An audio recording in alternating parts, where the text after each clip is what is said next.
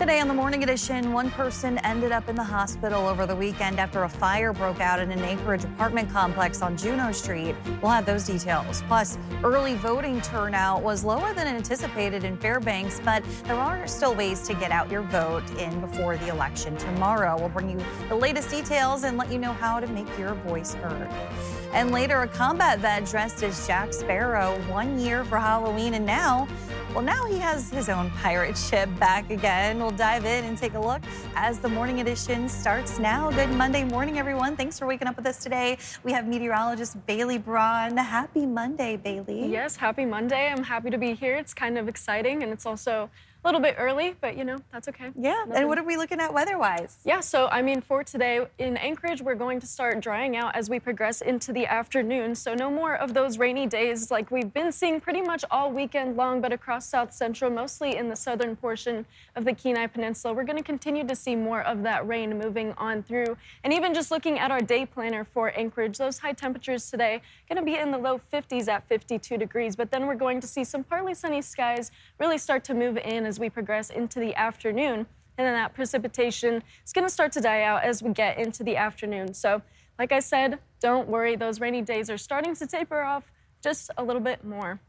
Now, looking at our skycast for Anchorage today, you're going to notice that those cloudy skies continue through the morning, and then some more of those showers roll on through. We're going to have some breaks of those partly sunny skies, like I had mentioned, but mostly expect those drizzly conditions to kind of come in here and there. But just statewide, we're looking ahead to some pretty stormy conditions lasting into western Alaska, bringing in those coastal flood watches, as well as some gale warnings along the Aleutian Islands, as there's another low-pressure system just out west that's going to start to bring more rain and windy conditions across most of the state, especially in southern areas. Now, just looking ahead, we're going to see some more rain starting to push on into the interior rather than out west like we had been seeing. But then higher elevation regions are going to start to see a little bit of snow accumulation as we progress through today and mostly going into tomorrow. So tomorrow is actually going to be the big weather maker day. That's whenever we're going to start to see more of that rain pushing on through across most of the state, as well as more of those windy conditions. So like I had mentioned, in South Central, we're starting to dry off just a little bit more. Then you're going to notice areas like the southern portion of the Kenai Peninsula, as well as the Copper River Basin, continuing to get just a little bit more rain. But temperatures are starting to warm up just slightly, and that's kind of what you can expect heading on through this week. In this morning's top story, Alaska State Troopers say a teen arrested over the weekend is accused of stealing a vehicle and leading a high-speed chase. The report of the stolen vehicle came in early Sunday morning in Palmer. Officers found it and tried to do a traffic stop. Troopers say the driver drove off at a high speed for about 12 miles before hitting a guardrail, and an officer stopped the vehicle. The driver was identified as a 14-year-old. Troopers say the teen was wearing a ski mask and had an airsoft pistol with all orange and toy markings blacked out. The teen was arrested on multiple felony charges. Turning now to the newsroom, where there's reports of at least 2 businesses' windows smashed over the weekend in Anchorage's Spinard area. Adelmi Ruiz joins us now with the latest details and other developing news across Alaska. Adelmi. Kristen, people nearby caught video of someone throwing rocks into the windows and then getting arrested. Jackie's Place restaurant says one was their front door and the North Rim Bank nearby was the other property affected. APD confirms someone was arrested in the area of the North Rim Bank around the time the situation was caught on camera. The dispatch supervisor did not have details on any charges, and there is no information yet on whether these 2 cases are related. One person was taken to the hospital after an Anchorage apartment fire over the weekend. That's according to Matt Carlson, the communications manager with the Anchorage Firefighters Union. It happened at an apartment complex on Juneau Street near Tudor and the Seward Highway. The American Red Cross of Alaska says it's heard of 1 person displaced so far. The union posted on Facebook about the fire, saying in part, quote, "We've seen countless fires on social media this year. This is not abnormal for us. There is just more documentation happening." And early voting ended Thursday in the Fairbanks North Star borough. While fewer people came out than last year, turnout is looking higher so far than in local elections before that. Election day is tomorrow, but voters still have options to cast a ballot before then, with absentee in-person stations open today at Bentley Mall, as well as the Fairbanks and North Pole city halls. You can also request an electronic ballot until noon today, which must be turned in by 8 p.m. Election Day. The borough has also assembled more than 200 official election officials to man the 32 precincts across the interior. We have someone who's working the register table, someone who is issuing out the ballots, someone who's also working a table for the question ballot table or special needs table in case someone isn't on the register. They can still vote at that precinct and vote a question ballot. And we also have what we call the ballot box worker is there to assist the voters if necessary. Some results will also see a hand-counted audit this year after a decision made by the Borough Assembly earlier in the year. Kristen. All right, thanks, Adelmi. And continuing our coverage and profiles on those running for office in the interior for tomorrow's election, we now turn to the Fairbanks City Council, where only one seat is competitive. Hannah Ekaluk and Sue Sprinkle are running for seat C on Fairbanks City Council. Ekaluk says she would bring a fresh perspective to the council. The younger generation needs to start stepping up as far as when it comes to things that we want, what we want to see in our community, what we want for the future, what we want for our children, what we want for our business, whatever it may be. She wants to focus on public safety, including mental health. I really want to make Fairbanks a community that is involved with each other, right? So local businesses supporting local businesses and that sort of thing. But I live right downtown, and I've seen a plethora of issues down there as far as our homeless crisis, our addiction epidemic. Incumbent Sprinkle, meanwhile, hopes to build on the work done in her first term. I have, since being elected, worked on ordinances for blight, ordinances for vacancy and vacant properties that need maybe not babysitting, but if you're gone for 6 months, the police will know that you're gone. You can have people trespassed. Sometimes that's an issue. If they can't find out who owns a property, they can't know that someone shouldn't be there. She enjoys having honest conversations with the city council, which she says works well together. I would love to see that chemistry continue. We are great. We have a good team. I really, really respect all of my council members.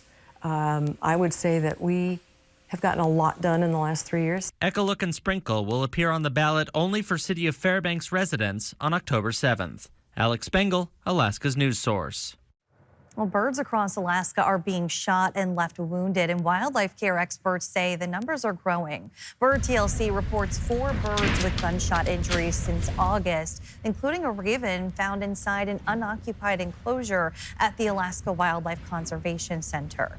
X-rays show the raven had been shot at least 3 times, suffering multiple fractures and a broken wing. Officials say all 4 shootings were illegal, and the cases came from different parts of the state. These birds are protected under the Federal Migratory Bird Treaty Act, so it is illegal to shoot them. And any cases that we get in, we report to U.S. Fish and Wildlife Service, law enforcement, and they do follow up. Veterinarians say sometimes the birds can be saved, but other times they do have to put them down because of their injuries. They say it'll be several weeks before they can tell how well this raven will heal. Coming up after the break, ferries, roads, rail, there's countless ways to traverse Alaska. And now the DOT is looking forward to how that transportation might evolve over the next 30 years. We'll bring you those details and let you know how you can get involved. And make sure you take a look at your daylight hours. While some parts of South Central are drying up from those rainy skies, the rest of Alaska can expect more showers throughout today and into tomorrow. Welcome back on this Monday. It is an early morning for you, Bailey. How are you? I'm doing pretty good. A little bit tired. Like you said, it was pretty early, but I'm excited otherwise. We're happy to have you. What's going on weather-wise? I mean, like I had mentioned, those rainy days are starting to dry out just a little bit more for Anchorage, but across the state, we're going to see a little bit more wet weather moving on through Alaska, and those storms in the Bering Sea are starting to make landfall. So we have some of those storms rolling in for the west, but then we also have a low pressure system just sitting south of the Kenai Peninsula. We also have that coastal flooding for the west coast, which is really the big thing that I want you to pay attention to for today. But right now, we're seeing those temperatures a little bit warmer than usual across the board, sitting in the the 40s in Fairbanks as opposed to the 30s like we saw about a week or two ago. And even in Juneau and the southeast region, we're seeing those warmer temperatures ahead right now in the 50s, but mostly cloudy skies take over most of the state, but that is going to change just a little bit for some of those areas. But that's mostly true for Anchorage. We're going to see a little bit more of that rain starting to fizzle out by this morning, and then as we progress into the afternoon,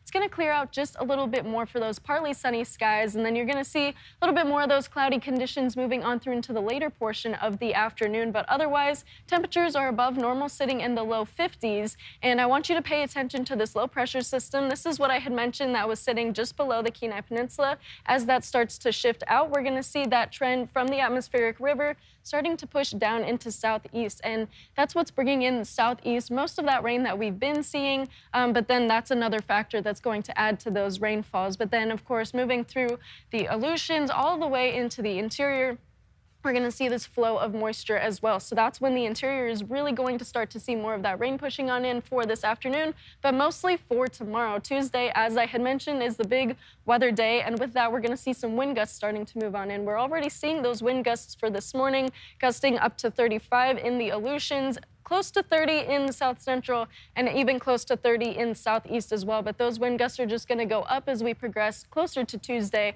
But for today, those wind gusts could reach up to 30 in southeast and up to 40 in the Aleutians. Now, just looking ahead, we're seeing those scattered showers move on through south central for the afternoon, and then the interior is going to see a lot more moisture rolling on through, and that includes those higher elevation regions seeing those chances for snow. But then by Tuesday, you're going to notice this big band of moisture and this big low pressure system that's going to start to shift into the interior, and with that, we have that coastal flood watch being issued, and this has lasted all weekend long, but this is mostly true for Tuesday, as well as that storm warning for the Aleutians. So we're going to see a little bit more of that active weather starting to roll on in, but of course, that flood watch is really the big thing I want you to pay attention to. Now, this is really going to affect those areas along the western coast, even all the way up into the northern slope is what we're starting to see. Mostly those areas north of the Seward Peninsula are going to be affected with the increase in wave heights, as well as more of that rain coming on through.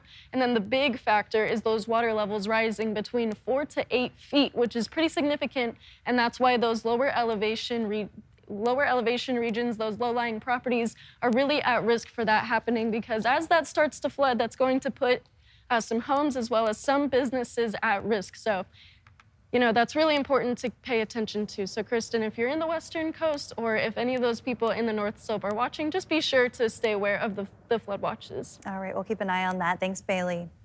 A transportation plan for the next 3 decades is in the works for the Alaska Department of Transportation. Joe Allgood tells us what the plan is all about.